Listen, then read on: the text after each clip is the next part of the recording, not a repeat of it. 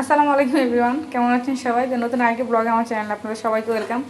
তো সারাদিন বৃষ্টি হচ্ছে, গ্যাস তো নর্মালি থাকে না। আজকে কীভাবে জানি একটু আসলো দুপুরে, তো এই রান্না করছি, খাওয়া শেষ অবশ্য আমাদের। এই যে ভাত রান্না করছি, দেন এই যে মুরগির তরকারি রান্না করছি, খাওয়া দাওয়া শেষ আমাদের। যেটুকু কাজ সদ্য দিয়ে রাত্রি হবে। আর আমার ঘরের অবস্থা অত বেশি ভালো না,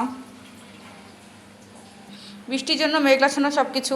আসলে যেহেতু আমরা বাসাটা চেঞ্জ করব ইনশাল্লাহ এই মাস থেকে, দেন সামনের মাস থেকে আমরা নতুন বাসে উঠবো। তো ওর জন্য সব কিছু অনেক আলোচলো। আর এই যে দেখতেন বৃষ্টি পড়ছে, আসলে বোঝা যাচ্ছে না আমার এখান থেকে অতটা, তো শব্দ হচ্ছে একটু একটু বোঝা যাচ্ছে, দেখতে পাচ্ছেন বাইরে কিন্তু ঝুম বৃষ্টি। তো এই অবস্থা, বারান্দাটাও নোংরা হয়ে আছে যেহেতু বৃষ্টি পড়তেছে আর পাশে কাজ হচ্ছে। বারান্দাটা আমি যতই পরিষ্কার করি না কেন ময়লা হয়ে যায় একটু পরপরই। তো গাছগুলো আজকে একটু প্রাণ খুঁজে পেয়েছে বৃষ্টির পানি পেয়ে। তো ইনশাল্লাহ আমাদের নতুন বাসায় আশা করি গাছগুলা ভালোই রোদ বৃষ্টি সব পাবে। আর এই যে আমার পুরো ঘর আল্লানো, মানে কি বলবো, এরকম দেখানো ঠিক না কিন্তু দেখাচ্ছি আপনাদেরকে, পুরো ঘরটা আমার অগোছালো। রাইফার খালামুনি রাইফার জন্য কিছু ড্রেস বানিয়ে দিছিল। তো ড্রেস তো অনেকগুলো বানাইছে, এর ভিতরে অনেকগুলোই হচ্ছে না। যেমন এই ড্রেসটা সে পরাতে নিয়েছে, ওর বাবা বলতেছে যে মানে ওর গলা দিয়ে ঢুকতেছে না। ড্রেসটা কিন্তু বেশ সুন্দর আসছে, এটা উল্টা পাট, এই যে ভাব পাটটা, এটা আমার বেশ ভালোই লাগছিল, কিন্তু এটা ওর গায়ে খাটতেছে না। এটা আবার হয়েছিল, এটা আবার বেশ ভালো লাগছিল ওকে, মাসাল্লাহ। তো আসলে অনেকগুলো ড্রেস বানিয়েছিল, তো আরও অনেক আগে বানিয়েছিল। ও যখন হয়েছে তখন, ওরা যখন 1-1.5 মাস তখনই বানিয়েছিল। তো এই জন্য আসলে অনেকগুলো হইতেছে না, যেগুলো ওই সময় বড় বানিয়েছে ওগুলো এখন হচ্ছে। তো এই যে তার খেলনা ধুলনা সব কিছু মেসি হয়ে আছে, আমি এখন এগুলো বেঁধে এক জায়গায় করে গোছাবো।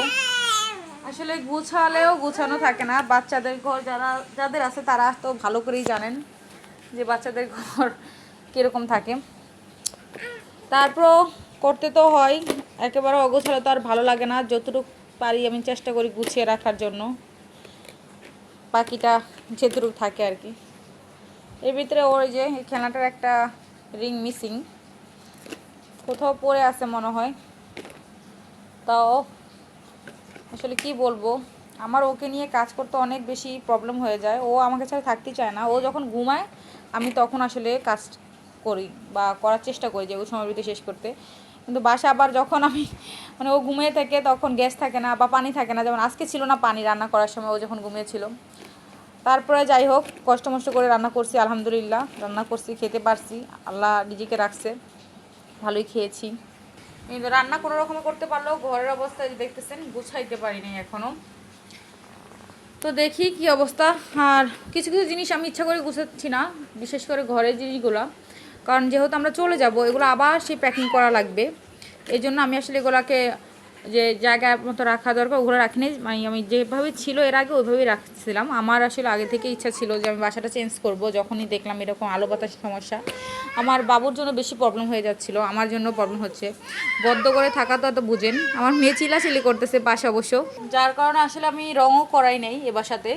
দেখতে পাচ্ছেন আমাদের দেয়ালগুলা খুবই ময়লা ময়লা হয়ে আছে। আসলে আমরা যখন আসছিলাম তখনই এগুলো এরকম ছিল, কিন্তু যেহেতু আমি চেঞ্জ করব তাই ওনাদেরকে দিয়ে আর কষ্ট করাই নাই, যে আমি যেহেতু চলেই যাব। আর এই যে পেন্টিংটা দেখতে পাচ্ছেন, এটা আমার হাজব্যান্ডের স্টুডেন্ট ওকে গিফট করছে, টিচারকে। তো ও আবার ওর বার্থডেতে আবার কালার গিফট করে দিছিল। মেয়েটা ভালোই আঁকে। আমার নতুন বাসায় গেলে ইনশাল্লাহ ওনাদেরকে বলছি, আমরা কালকে অ্যাডভান্স করে আসছে ওর আব্বু, যে আমাদেরকে একটু বাসাটা রং করে দিবেন। যদিও ওই বাসাটা আমি দেখলাম যে ভালোই, এই বাসা থেকে ভালো আসছে পরিষ্কার। যেহেতু আমরা যে ফ্ল্যাটে উঠবো ওই ফ্ল্যাটে আমাদের বাড়িওয়ালারা ছিল, তো আসলে নিজেদের ঘর নিজেদের মতো করেই রাখছিল। সবাই তো এরকম না যে নিজেদের মতো করে বাসা ঘর রাখবে। তো ওই জন্য মোটামুটি ভালোই আছে। তারপর আমরা রং করে দিতে বলছি, বললো যে দিবে। তো ওই ঘরে যখন লাগাবো আশা করি সুন্দর লাগবে। আমার কিন্তু বেশ ভালো লেগেছে পেন্টিংটা, এটা ভালোই এঁকেছে। আর এই যে এগুলো সব এই যে মেসি হয়ে আছে, এগুলো কালকে মেসি হয়ে আছে, এগুলো গুছাতে হবে। এগুলো গুছিয়ে চলেন আপনাদের সাথে শেয়ার করি। তো এই যে আপনাদের সাথে কথা বলতে বলতে বেডের সাইডটা পুরো গুছানো হয়ে গেছে।